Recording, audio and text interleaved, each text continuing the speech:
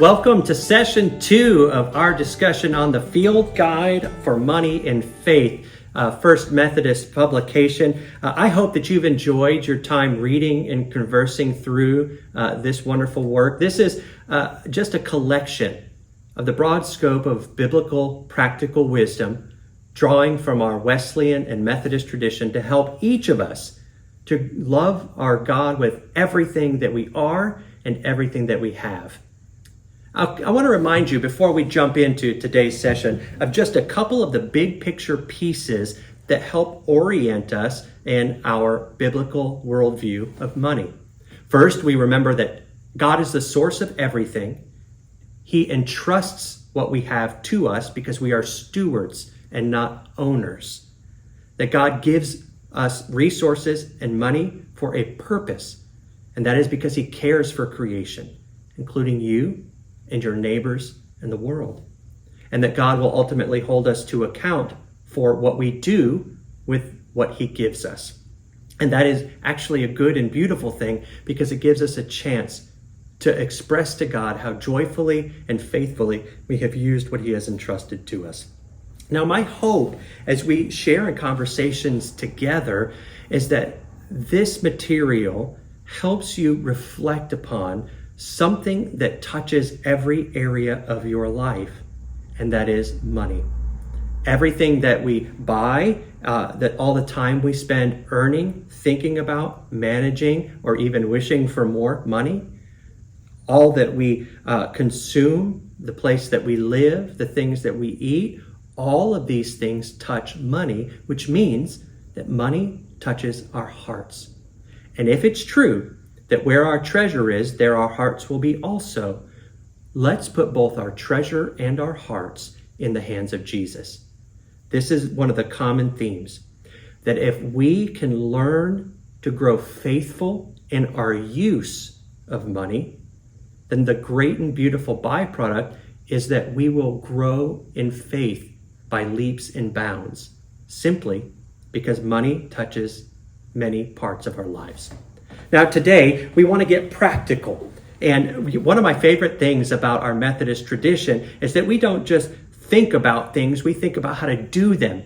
One of the values of the Methodist faith is that we seek to put into practice the things that we learn from Scripture and from the Lord. And so today we're going to be focusing on John Wesley's 3 plain rules for the use of money. Now, these rules come from John Wesley's sermon, number 50, called The Use of Money.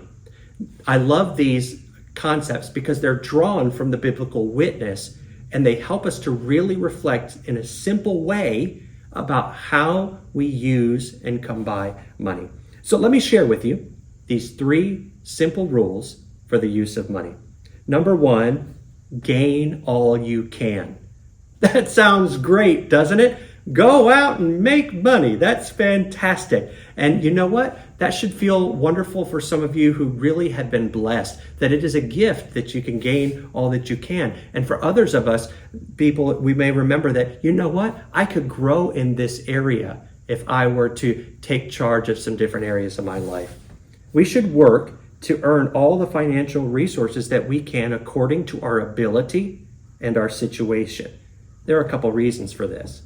First, because the more that we have, the more that we can give. Ultimately, that's the big picture. The more that we have, the more we can give. The more we can express God's love and care to others. Now, another reason is because Christians value purposeful activity. If you look throughout the book of Proverbs, you're going to find many items of wisdom that speak to a solid work ethic, about avoiding laziness, about taking responsibility. Those are things that we value. Consider this verse from Colossians chapter 3, verse 23. Whatever you do, work at it with your whole heart as working for the Lord. And so because we keep the Lord in our sights, we tend to be industrious, responsible, and dedicated as a value of our faith and an outcome of our faith. Now, it sounds really good to gain all we can. Yet, Wesley calls on us to use caution. Let me give you a couple of notes that he brings up. We should gain all we can, but not at the expense of life. He echoes Jesus' words that remind us from Matthew 6:25 that life is more than food and our bodies more than clothing. So we should gain all we can, but not at the expense of life. Gain all you can without hurting your mind or body. You know, money isn't worth its value if we pay for it with our health and well-being. That's what we would call a bad investment. Wesley actually cautions us against overwork and workaholism, which is something that I have to continually pay attention to. You know, we shouldn't seek to gain at the expense of our life and health. We shouldn't take on an endeavor that deprives us of necessary rest or physical activity, proper eating, or even time to pray. He counsels us to, quote, preserve a spirit of the healthful mind. You know, we should make sure that our work leaves space for our physical health, but also John Wesley cared about our mental health. One of his major concerns is that our pursuit of gain doesn't do anything that would damage our souls. We shouldn't earn money through unethical or immoral means that harm our conscience or our spiritual health. You know how tempting it is to just do a little thing here or there that leads to a bigger thing for the sake of making a little bit more money, but before we know it, we've crossed a line that has harmed our spirit. Gain all you can, but not at the expense of life. You know, this was interesting, and you can take this as you will, but in that sermon, John Wesley goes as far as to say that if our jobs are causing us poor physical or mental health, or if our jobs are harming our character, they may not be worth it, and that it's actually our responsibility to find different employment so that we can be good stewards of our lives. All right? Gain all you can, but without hurting your neighbor in any way. Because good stewards, we love our neighbors. That's a part of the great commandment. And we can't love our neighbor if we earn money at their expense. Do you remember the golden rule, which is actually a line from the Sermon on the Mount? Chapter 7, verse 12 of the book of Matthew says, do to others what you would have them do to you. We wouldn't want anybody stealing from us. We wouldn't want anybody inflating our bills or charging us extra. We wouldn't want an employer to overwork us. We wouldn't want them to treat us poorly or make us work in unsafe conditions. So we don't want to do that to others because we don't want to gain all we can at the expense of someone else. You know, I like this about Wesley, very practical. He says that he cautions us against harming another person's livelihood, that we might harm or undercut someone else's business to advance our own outside of a sense of healthy competition. And we should know the difference between that and harming our neighbor's well-being. Interestingly, he gets in the weeds here. You can take this as you will. John Wesley cautions us against enticing necessary workers away from our neighbor's business. Gain all you can so that you can give all you can, but not at the expense of life, not at the expense of your soul, and not at the expense of your neighbor. Rule number 2, save all you can. Save all you can. Now, having personal savings is important. Experts will tell you a variety of ways to save and how you can do that, and I would suggest that you do. It is good to have a certain amount of living expenses set aside. It's good to regularly contribute to retirement savings. Remember that part of why God entrusts you with money is to steward yourself. So why not look after your tomorrow as you look after your today? Those are wise suggestions. But John Wesley's not just talking about savings accounts, 403b's and 401k's. He's talking about using our precious resources wisely. And here's where Wesley's words really make me uncomfortable in a good way. There's this quote that Wesley comes back to repeatedly. Let me share it with you.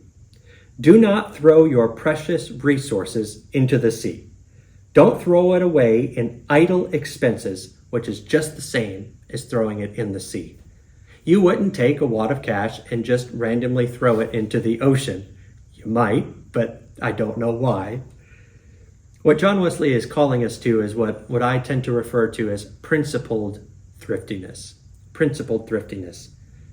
Have you ever gotten caught up in lifestyle creep, where little by little over time you realize that you need to make more money just to keep up with the lifestyle that you've been living? It's really easy to do these days for those of you who do any kind of purchasing or banking electronically. For example, if you just imagine how many of those subscriptions are coming out of your account every month. Well, the reality is the more we indulge our desire to spend excessively, the more that desire is going to increase. So the more we indulge it, the more we'll want it, and it builds a cycle, which means that we're actually requiring more to live at a level that we may not actually want to live at. So Wesley counsels us to limit extra spending and eliminate waste. And that can even make you feel like you've gotten a raise. So this is what Wesley's referring to when he says, save all you can. Not so much that we would build a giant stock portfolio, because guess what? We can't take it with us when we die. But that we would take a special care to be principled and thrifty in what we spend. Here are some suggestions that Wesley makes. He says, don't waste your money on unnecessary indulgence. Now, some indulgences are obviously harmful, but there's a certain kind of socially acceptable indulgence. The thing that if you spend a little extra here, nobody would bat an eye, and it makes maybe logical sense. But the question is, do we need these things?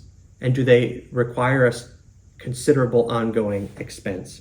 Save all you can by avoiding unnecessary indulgences, no matter how acceptable they may be. Here's another one. I like how he says this. Limit your spending to please the eye, or Wesley would say, eliminate it. Remember how John Wesley said that we have money so that we can provide for ourselves that which is necessary, clothing, food, and a place to live. Yes, we may need clothes, but do we need those clothes? Are these clothes good enough to protect us and to keep us modest? Yes, we might need furniture, but do we need that? We might desire transportation, but do we need that? You see how Wesley starts to step on our toes. He just invites us to say, hey, look, avoid spending to please the eye or to appease desires which may not come from places that have been sanctified in us. Here's another one. He says, avoid spending to gain admiration from people. Ouch, that's a tough one. Don't buy applause when the greatest honor comes from God. Win people over with your character. Now, I'm going to let you read in the book here. Wesley has some really interesting words for how we spend money on children and the way that what we spend money on for them actually shapes their souls. So when Wesley's talking about saving all you can, yes, let's save for our future and make sure that we've provided for ourselves and our family's future, but also ensure that we are exercising principled thriftiness so that we're not tossing away what the Lord entrusts to us for things that are not of his purposes. Difficult yet? It sure is. Rule number 1, earn all you can. Rule number 2, save all you can. Rule number 3, and this is where it gets fun, give all you can. And really in this order. You didn't gain all you can and you didn't save all you can simply so you could have more money or hoard it away somewhere. We do it so that we can freely give, so that we can do as much good as possible, so that we can glorify God by expressing generosity, that we can honor God when we give to the ministry of our church, that we can give to people in need and to other worthy causes. The reason that we've gained so much intentionally and saved intentionally is so that we'd have more to give for the glory of God. 3 simple, plain rules that are actually quite difficult to live out. Of course, we remember that not everybody has the same opportunities and the same capacities in the same situation. But these 3 plain rules can apply to each of us in whatever our situation is. That we would gain what we can, but not at the expense of life, ours or another. That we would save all we can by exercising principled thriftiness so that we can give all that we can to the glory of God. I know that here at First Methodist, we have been blessed by people who have lived this out over generations. If you look around the facilities and consider the reputation and all of the great ministry and the lives that have been changed, much of that has happened because God's people have given all that they could to the ministry of their local church. I know that even over the past few years, we've been sustained through unprecedented times because of the generosity of people who want to honor God and who want to bless God by giving through their church. So, 3 plain rules that are derived from the wide witness of Scripture. Gain all you can, save all you can, earn all you can. I look forward to hearing how your group processes and thinks about these 3 plain rules and their associated scriptural passages and what that might look like in your life. I hope you have a blessed discussion, and we'll catch up with you in the final and third session.